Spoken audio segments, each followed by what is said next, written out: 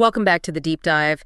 Today we're plunging into the Western Desert, summer of 42, a time of intense heat, desperation, really. Absolutely. We're not just talking about a battle, are we? It's more about, strategy on a knife edge, improvisation under fire, and how a seemingly unstoppable force got stopped. The stakes couldn't have been higher. We're talking late June 1942. The Allies had just suffered a terrible defeat at Gazala, lost to Brooke.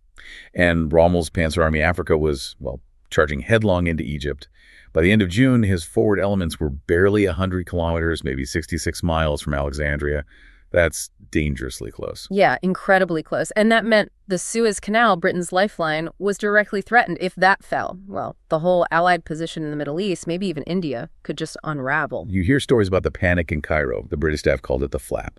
Burning documents, planning evacuations. Yeah. It was total chaos in the rear areas. A real crisis. And it demanded action right from the very top. It did. On June 25th, General Claude Auchinleck, the CNC Middle East, he personally sacked Lieutenant General Ritchie, took direct command of the 8th Army himself. Didn't just take command, though, did he? He made the critical decision almost immediately where to make the stand. That's right, the Alamein line. Okay, so for anyone not familiar with the terrain, why Alamein? What was so special about this, 60-odd kilometer stretch of desert? It was the geography, pure and simple. It was the perfect bottleneck. The British had constantly been outflanked in the desert before, like at Gazala. Rommel was brilliant at it. Driving around the southern end of the line? Exactly, but the Alamein line, it ran from the Mediterranean Sea right down to the Qatar Depression. And the Qatar Depression, it was basically impassable for tanks and trucks. We hear that term a lot, impassable. What does that actually mean on the ground? Soft sand? Oh, much more than that. Think huge sinkhole, steep cliffs, treacherous salt marshes, deep ravines. You just couldn't maneuver a large mechanized force through there. Impossible. So no southern flank attack possible for Rommel this time? Correct. He had to attack frontally into prepared defenses. That gave Auchinleck the advantage he desperately needed. So that's our focus for this deep dive, those first crucial 10 days, July 1st to July 10th, 1942. The moment Rommel's hammer blow met Auchinleck's line, and somehow, against the odds, the line held. It's the phase that stopped the rot, really. Changed everything in the Desert War. Right, let's set the scene for July 1st. Rommel's forces. They were knackered, weren't they? Exhausted. Supply lines stretched thin after that long chase from Gazala. Absolutely exhausted. Yeah. Low on fuel, water, ammunition, everything. His staff were screaming for a pause to regroup, resupply. But Rommel pushed on. Why the urgency? Why attack immediately? He was banking entirely on momentum and psychology. He believed the 8th Army was broken, demoralized, that one more hard push would just shatter them completely. A knockout blow before they could dig in properly at Alamein. Exactly. He knew the British had shorter supply lines back to Alexandria. They could reinforce faster. He felt he had to strike now or never. It was a massive gamble, really. And we have to stress, Axis logistics were already failing spectacularly at this point. They were. It was a constant nightmare. Fuel, water, spare parts. Getting anything to the front was a struggle. But Rommel overruled the caution. He wanted that final push. And facing this push were the British defenses. Auchinleck's plan relied on these fixed positions, these boxes. Right. These weren't continuous trench lines like World War I. Think of them as self-contained mini-forts scattered across the landscape. So what do they look like? Dugouts? Dugouts, yes, but surrounded by rings of minefields, barbed wire, dug-in anti-tank guns, artillery positions, designed to hold out, channel attackers into killing zones, and force Rommel to commit his tanks. The strongest being the main box at El Alamein itself, on the coast, held by the South Africans. That's the one. The 1st South African Division. Veterans. The idea was these boxes had to hold, soak up the initial assault, while mobile British forces could counterattack the flanks. So, Rommel's plan for July 1st. Classic Rommel, trying to find the weak spot. Textbook maneuver. He aimed his main thrust, the 90th Light Division and the Africa Corps, that's the 15th and 21st Panzer Divisions, at the gap between the Alamein box and another position further south, Deir el Abyad. What was the objective? 90th Light was supposed to hook north, cut the coast road behind the South Africans, trapping them. Then the Panzers, the Africa Corps, would sweep east behind the main British line, roll them up. But it went wrong, almost straight away. Yeah, big time. First, the whole attack was delayed by a day, planned for June 30th, but logistical problems fuel again pushed it to July 1st. That gave Auchinleck 24 hours, crucial hours. Absolutely vital. Allowed him to rush the 18th Indian Infantry Brigade into a key position, which turned out to be incredibly important. Then the attack launches 3 a.m. July 1st and the 90th Light. They got lost in the dark. Navigational error. Instead of hitting the gap, they veered too far north and ran smack bang into the main South African defenses at the Alamein box. The strongest point on the line? The very strongest. They were met with concentrated artillery, pinned down immediately, couldn't advance. That part of Rommel's plan just collapsed right there. Completely disrupted the whole scheme. Okay, so the Northern Pincer fails. What about the Afrika Korps, the Panzers? They were also delayed, first by a sandstorm, then by Allied air attacks. When the 21st Panzer finally got moving, around mid-morning, they didn't find an open flank. They ran straight into that Indian brigade Auchinleck had rushed forward. The 18th Indian Brigade, at a place called Deir el-Shine. Exactly, Deir el-Shine, just west of Ruweisat Ridge, which was the absolutely critical high ground in the center. And this position, it was hastily prepared. The Indians had only just got there. And they were facing Panzers. How well equipped were they? Massively outgunned. They had, 23 field guns, maybe 16 of the new 6-pounder anti-tank guns, and just 9 old Matilda tanks against a full Panzer division. It sounds like a suicide mission. It practically was. Their job was simply to hold, to buy time, a sacrificial dam. And they did. They fought ferociously, close-quarter stuff all day long. Incredible bravery. Absolutely heroic. They were eventually overrun by evening, took horrific casualties, but that stand, it was priceless. It stopped 21st Panzer cold, stopped them exploiting the initial confusion.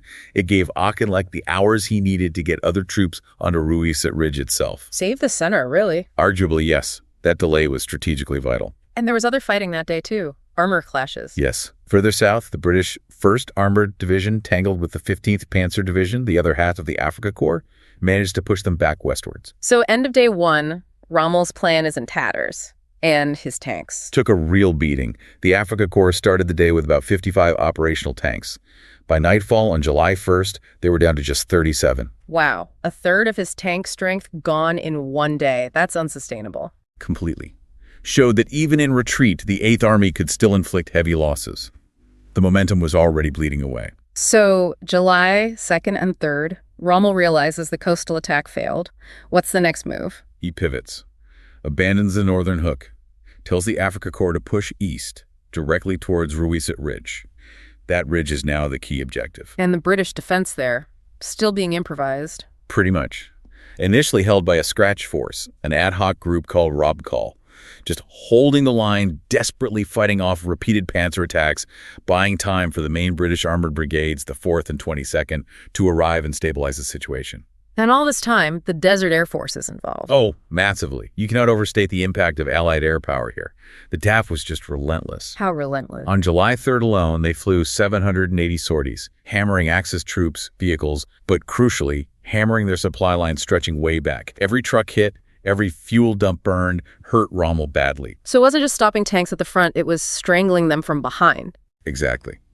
Air superiority was becoming a decisive factor. Every tank Rommel lost was becoming harder and harder to replace. Every attack weaker. And by the end of July 3rd, after these pushes against Ruweisat Ridge were beaten back, how many tanks did the Afrika Korps have left? Just 26, down from 55 3 days earlier. The initial crisis, Rommel's big push, had essentially been contained, held by stubborn defense, British armor, and overwhelming air power. Okay, so the line is holding in the center. But Auchinleck isn't just sitting back, is he? He decides to hit back. No, he immediately looks to take the pressure off Ruweisat. He orders the 3rd Corps down in the south near the Qatar Depression to launch a counterattack northwards. Threaten Rommel's flank. Precisely. Using the New Zealand 2nd Division, a very tough, aggressive formation. They were to advance north from their defensive box, aiming towards a place called El Merreer, trying to get into the Axis flank and rear. And this move, it led to something unexpected, a major clash. It did. As the New Zealanders advanced, they stumbled right into the flank of an Italian armored division, the 132nd Ariete Division. The Ariete? Weren't they supposed to be supporting the German attack on Ruweisat? They were trying to move north to do just that. But the timing was perfect for the New Zealanders. The resulting engagement was a complete disaster for the Italians. How bad was it? Catastrophic. The Ariete Division was effectively destroyed as a fighting unit in that one clash. They lost over 500 men, 350 captured, dozens of guns, trucks. And their tanks. Reduced to just 5 operational tanks. 5. A whole armored division gone. It tore a massive hole in Rommel's southern flank and took away crucial support for his German units. So the German panzers are being worn down, and now a whole Italian armored division is wiped out. Things are looking up for Auchinleck. Definitely swinging his way. The British armored brigades, 22nd and 4th, were holding the German thrusts, inflicting losses, and overhead. The RAF still pounding away. Relentlessly. Another 900 sorties on July 3rd. Auchinleck himself later said that without the DF, they simply couldn't have held Alamein. They were like flying artillery, providing constant pressure. But the Allied counterattack wasn't entirely successful, was it? The New Zealanders got stopped eventually. They did. As they continued north towards El Marais on July 5th, they hit a well-prepared defensive line held by another Italian unit, the Braccialia Infantry Division. Took heavy fire, and 13th decided to halt the attack, consolidate the gains they'd made, especially against the Ruweisat. A bit of a setback, but the bigger picture. The bigger picture was clear. By July 5th, Rommel knew his initial offensive had failed. It had run out of steam. He formally reported back to high command that his forces were exhausted. His German divisions were down to skeleton strength? Yeah, reports suggest only 1,200 to 1,500 men per division. He stated he'd have to stay on the defensive for at least 2 weeks. That's a huge moment, Rommel admitting he has to stop. The pursuit is over. It's the turning point of this phase. The battle shifts from a desperate chase to a grinding attritional fight, exactly the kind of fight Auchinleck wanted, on ground he'd chosen. And the reason Rommel had to stop: logistics. Right. Let's talk about that supply nightmare again. It really was crippling him, wasn't it? Absolutely crippling. The 8th Army was close to its base in Alexandria, relatively easy to get fuel, ammo, replacements. Rommel. His main supply port was Benghazi, maybe Tripoli even further back.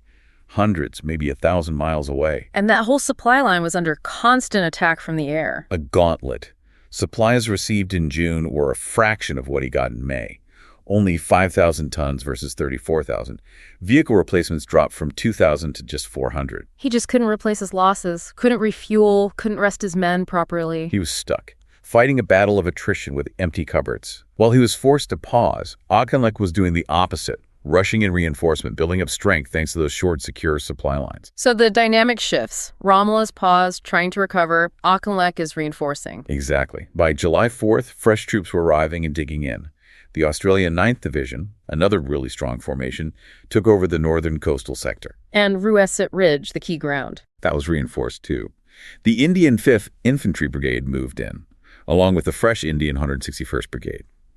Auchinleck now felt strong enough to not just hold, but to start hitting back properly. And he had a specific strategy, didn't he, based on intelligence? Yes.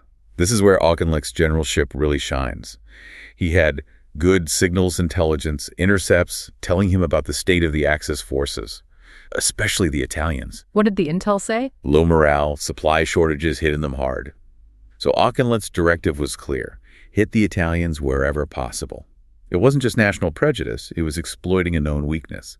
He knew the Germans couldn't hold the entire line alone. Smart. So where did he decide to strike first? He targeted a couple of low ridges in the northern sector near the coast, Tel el Eisa and Tel el Eisa. Why there specifically?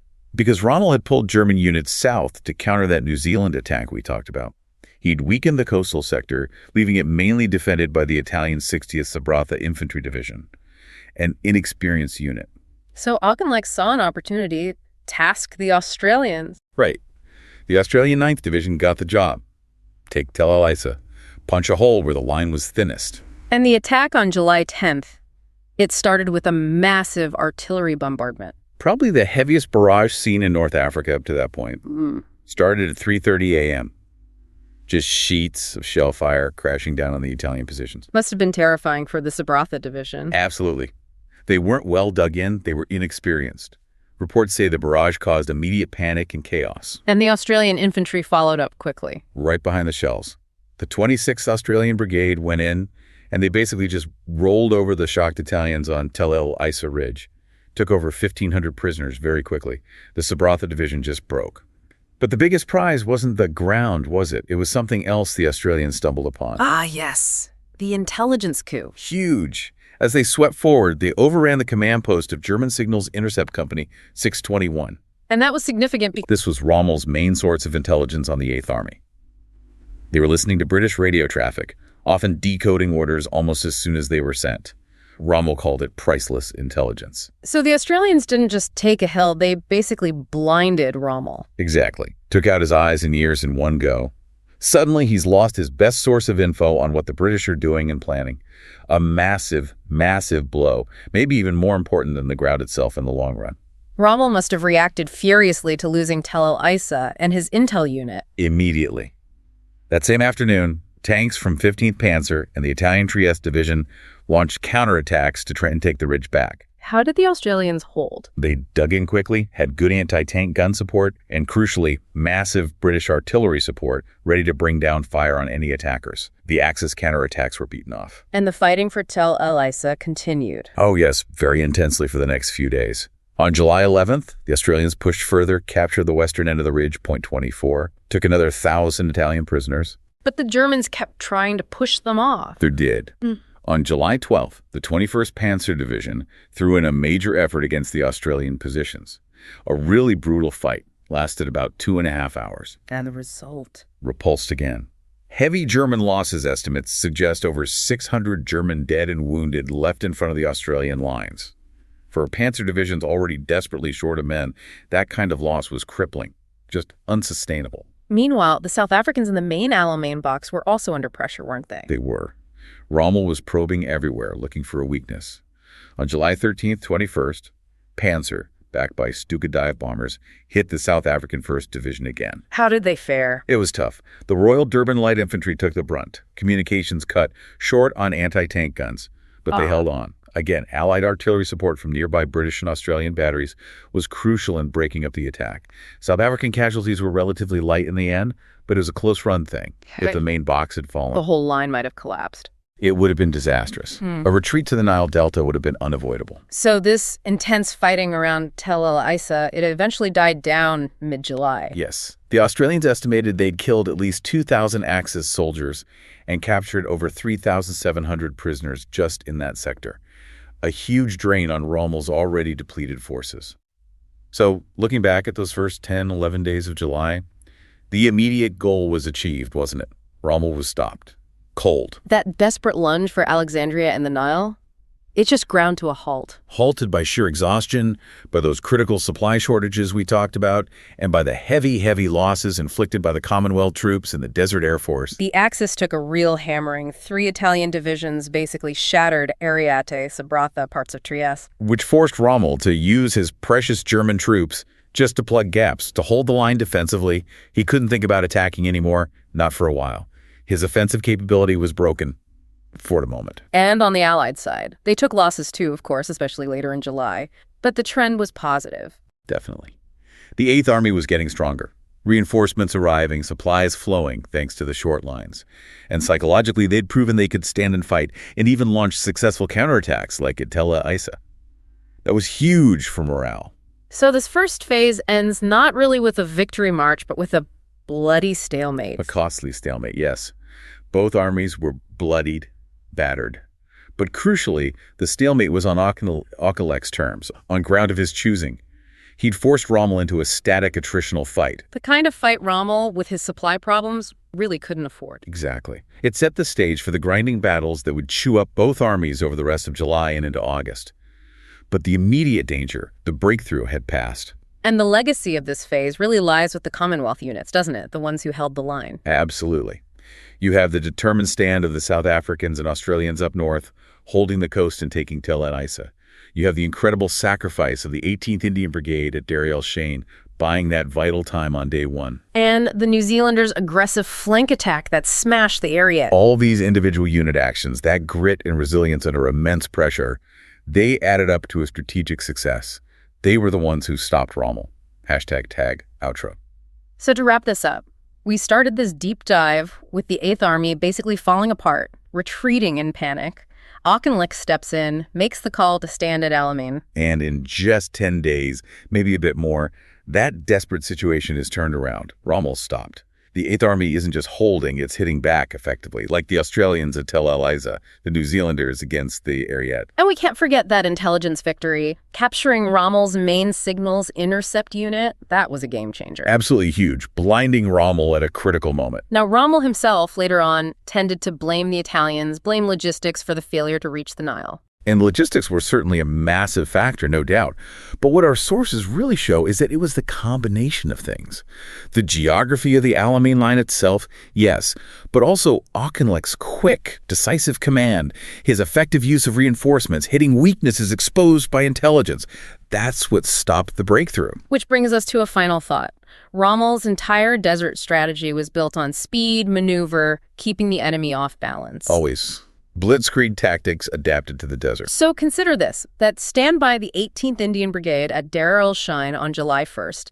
They bought maybe a day, 12 crucial hours perhaps, stopping 21st Panzer. But what if they hadn't held, if 21st Panzer had broken through on day 1, before Ruweisat Ridge was properly secured?